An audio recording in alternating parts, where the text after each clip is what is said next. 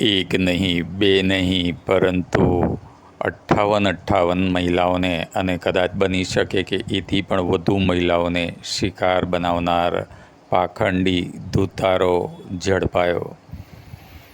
જ્યાં લોભ્યા હોય ત્યાં ધૂતારા ભૂખે નથી મરતા, એવી જ રીતે અંધશ્રદ્ધાળુ હોય ત્યાં લાલચુઓ અને ત્યાં ધૂતારાઓ અને લોલુપ લોકો પણ પોતે શિકાર મેળવી જ લેતા હોય છે અને તેમને આસાન શિકાર સામે ચાલીને મળતા હોય છે।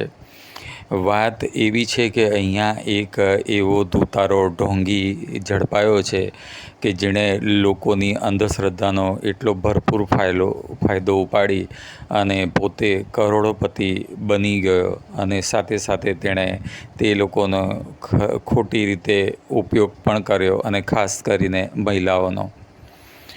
આમાં એવું છે કે આ વ્યક્તિ જે અત્યારે જે બાબો બનીને બેઠો હતો તે પહેલાં તો કહેવાય છે કે સારું એવું ગ્રેજ્યુએશન કરી અને પછી કોઈ નોકરી કરતો હતો અને ત્યાંથી પછી તેણે જમીન ખરીદી છે એક ગામમાં અને ત્યાં જમીન ખરીદીને ત્યાં તે પોતે એક ધાર્મિક સંસ્થા ઊભી કરે છે। ધાર્મિક સંસ્થા ઊભી કરવા પછી ત્યાં અવારનવાર લોકો પૂજા અને અર્ચના કરવા માટે આવવા લાગે છે અને ફેમસ થઈ જાય છે। જેવી રીતે હરેક જગ્યાએ બનતું હોય છે, જ્યાં ધાર્મિક સ્થળ હોય ત્યાં લોકોની અવરજવર વધી જાય છે અને લોકપ્રિય બની જાય છે। એવી જ રીતે આની સંસ્થા અને આણે જે મોટો આશ્રમ જેવું મંદિર જેવું ઊભું કર્યું હતું તે ફેમસ થઈ જાય છે, પ્રખ્યાત થઈ જાય છે, ત્યાં લોકો આવવા લાગે છે। પરંતુ તે લોકોના ભૂતકાળ પણ બતાવવાનું ચાલુ કરે છે। આ રીતે અમુક તે એવી રીતે ભવિષ્યવાણી ભૂતકાળની જે રીતે જણાવે છે એ રીતે લોકોને તેની ભવિષ્યવાણી ઉપર પણ ભરોસો બેસી જાય છે। લોકોને એવું થાય છે કે આ ઢોંગી ધૂતારો તેમનું ભવિષ્યનું પણ ઉકેલ આપશે મુસીબતોનો અને તેમાંથી તેમને રસ્તો બતાવશે। એમ કરતાં કરતાં શ્રદ્ધાળુઓની ત્યાં ઓર ભીડ વધવા લાગે છે અને પ્રખ્યાતિ પણ વધે છે। તે કહેવાય છે કે તે લોકોને મળવા માટેના પોતાની લાભ લઈને પોતાની લોકપ્રિયતાનો લાભ ઉઠાવીને લોકોને મળવાના પણ ચાર્જ લેતો હતો। તે 10,000 રૂપિયા લઈ અને મીટિંગ આપતો હતો કોઈપણને પણ પ્રશ્ન પૂછવા હોય તો, એવું કહેવાય છે કથિત રીતે। અને સાથે સાથે 10,000 આપીને પણ 2-3 મહિનાની વેઇટિંગ લાગતી હતી તેને મળવા જવા માટે। સાથે સાથે તે અલભ્ય વસ્તુઓ આપે છે મૂકવા માટે, લકી વસ્તુઓ, તો તે વસ્તુઓના પણ તે હજારોથી લઈને લાખો રૂપિયા વસૂલતો હતો અને લોકો તે વસ્તુઓ તેની પાસેથી ખરીદતા પણ હતા। કહેવાય છે કે તે ફક્ત જે પરિણીત હોય તે લોકોને જ મુલાકાત આપતો હતો, એટલે કે પતિ પત્ની હોય તેમને જ, અથવા તો એકલી મહિલા હોય તેવા લોકોને તે પોતાને ત્યાં મુલાકાત આપતો હતો। એ સિવાય એકલ દોકલ કે એકલા પુરુષો હોય તેમને તો તે બિલકુલ રીતે બોલાવવા કે મળવા દેતો નહોતો, એવું સાંભળવામાં આવ્યું છે।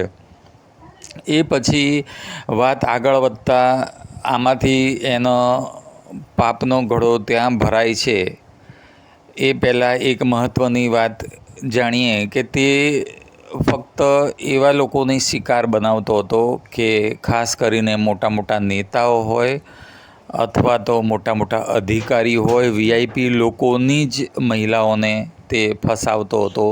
તેવી તેની જાણકારી જે રીતે ફેલાઈ છે, તેના જે રીતે વિડીયો વાયરલ થયા છે સોશિયલ મીડિયા ઉપર, તેના ઉપરથી જણાઈ આવે છે। અને કહેવાય છે કે તેનામાં એક વિડીયોમાં તો એક ખૂબ જ મોટા ગજાની મહિલાઓના જે સંસ્થા હોય તેના અધ્યક્ષનો પણ વિડીયો કથિત રીતે વાયરલ થયો છે અને તે મહિલાએ રાજીનામું પણ આપી દીધું છે તેમનું નામ આ રીતે બહાર આવતા। એટલે ખૂબ જ ચોંકાવનારા વિડીયો અને લોકોમાં પણ ધિક્કાર તિરસ્કારની લાગણી થઈ છે કે મોટા મોટા અને કહેવાતા સુધરેલા અને VIP લોકો જ જો આવી રીતે ફસાતા હોય તો સામાન્ય લોકોની તો વાત જ શું. કહેવાય છે કે તે જે મહિલાઓ તેની પાસે જતી તેની પાસેથી તે વિધિના બહાને તેમનું શોષણ કરતો હતો અને પછી જો કોઈ કંઈ વિરોધ કરે તો ધમકી પણ આપતો હતો કે તારા પતિને નુકસાન થશે અથવા તો તારા બાળકોને નુકસાન થશે એમ કરીને ડરાવી દેતો હતો. અને જે વિડીયો બહાર પડ્યા છે તે જોવાની વાત એ છે કે તેની ઓફિસમાં તે એવા ગંદા કામ કરતો હતો. તેના વિડીયો કદાચ તે પોતે જ ઉતારતો હોવો જોઈએ, કારણ કે તેની કરોડોની ઓફિસમાં વિડીયો ઉતારવાની હિંમત કોણ કરે ને કોની પાસે હોય, પરંતુ તે પોતે જ વિડીયો ઉતારી લેતો હશે મહિલાઓ સાથે ખોટા વ્યવહારો કરતી વખતે અને પછી તેમને એવી રીતે પછી ધમકાવીને તેમની પાસેથી વારંવાર તેમનો ખોટો ઉપયોગ કરતો હોઈ શકે છે. તે જે વિડીયોમાં જોવામાં આવે છે એ પ્રમાણે તે મહિલાઓ સાથે ખોટા તો કાર્ય કરે જ છે, સાથે સાથે પોતાનો તે પેશાબ પણ પીવડાવતો અથવા તો કાઢતો હોય તેવા ગ્લાસમાં એવા પણ દ્રશ્યો જોવામાં આવ્યા છે અમુક વિડીયોમાં. આમ આ પાપનો ઘડો કેવી રીતે ભરાઈને છલકાઈને બહાર આવે છે તેમાં એક ઘટનામાં એવું બને છે કે એક 27 વર્ષની મહિલાએ યુવતીએ ફરિયાદ નોંધાવી હતી કે તેની સાથે ખોટું કાર્ય થયું હતું અને તેની સાથે વર્ષો સુધી વારંવાર ધમકાવીને ખોટો ઉપયોગ કરવામાં આવ્યો હતો અને તેણે પોતે પોલીસ ફરિયાદ દાખલ કરી હતી હિંમત કરીને, જેથી કરીને આ વગદાર અને સમૃદ્ધ ખોટી રીતે થયેલા ઢોંગી ધુતારો બાબાની પાપ લીલાનો પર્દાફાશ થયો હતો અને પોલીસે તેના આશ્રમ ઉપર દરોડા પાડ્યા હતા અને તેની તમામ ચીજોને હસ્તગત કરીને તપાસ આરંભી હતી. એ સાથે સાથે ચોંકાવનારી ઘટના એવી બીજી પણ છે કે તે ઢોંગી ધુતારાની પત્ની અને તેના ફેમિલી, તેનો છોકરો પણ તેમાં સામેલ હોવાની શક્યતા છે, કારણ કે પોલીસે તપાસના હેઠળ તેમને પણ ધરપકડ કરી છે. એનો મતલબ આખું ઘર આમાં સામેલ હોવાની શક્યતા છે.